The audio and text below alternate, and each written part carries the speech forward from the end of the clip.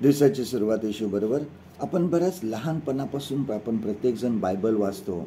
आपल्याला बायबलचा अभ्यास आपण सुरू करतो. संडे स्कूलपासून आपण बायबलमधल्या गोष्टी ऐकतो आणि त्याबद्दल आपल्याला शिकवलं जातं. आणि त्यातून आपण बायबलमधल्या अनेक माणसांचा स्वभाव, त्यांचं चरित्र ह्याचासुद्धा अभ्यास करतो. आणि सुरुवातीपासून अगदी आदामापासून आपण पाहतो की मनुष्य चुकलेला आहे, मनुष्य बहकलेला आहे, मनुष्य देवापासून दूर गेलेला आहे. आणि असे सुरुवातीला ज्यावेळेस आपण हे सगळं वाचतो आणि मानव किती दूर गेला, अधपतन त्याचं झालं हे बघून बघा, नोहाच्या काळामध्ये वचन असं सांगतं की मानव निर्माण करण्याचा देवाला पस्तावा झाला. शेवटी देव पस्तावला की मी कशाला हा मानव तयार केला, आणि त्यामुळे नोहाच्या काळामध्ये त्यांनी सर्व पृथ्वीचा नाश केला.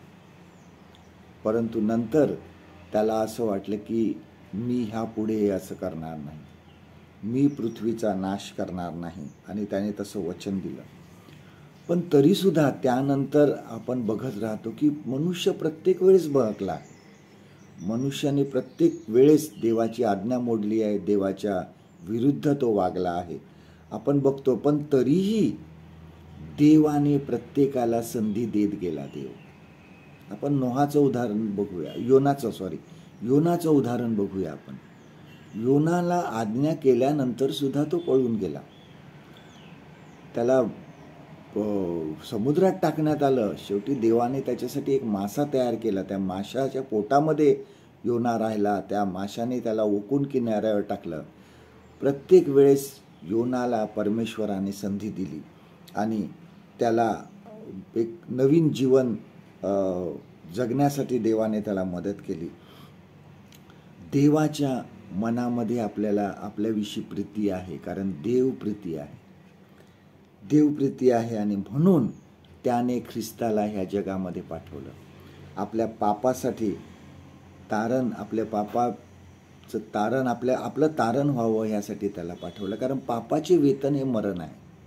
आणि म्हणून त्या सर्वांसाठी प्रभू येशू ख्रिस्ताने आपल्याला आपला प्राण दिला, ह्यासाठी की आपल्याला नवीन जीवन मिळावं, आपल्याला नवीन सुरुवात करता यावी.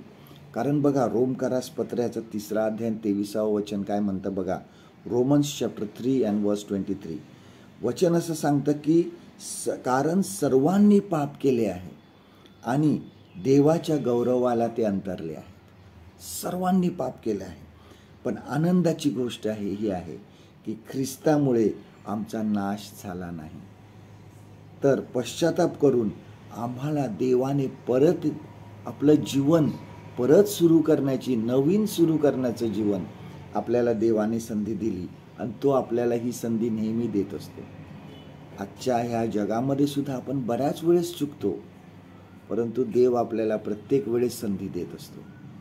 तो आम्हाला नवीन जीवन सुरू करण्याविषयी संधी देत असतो. फक्त हेच काम करायचं आपल्याला की पश्चाताप करायचा आहे.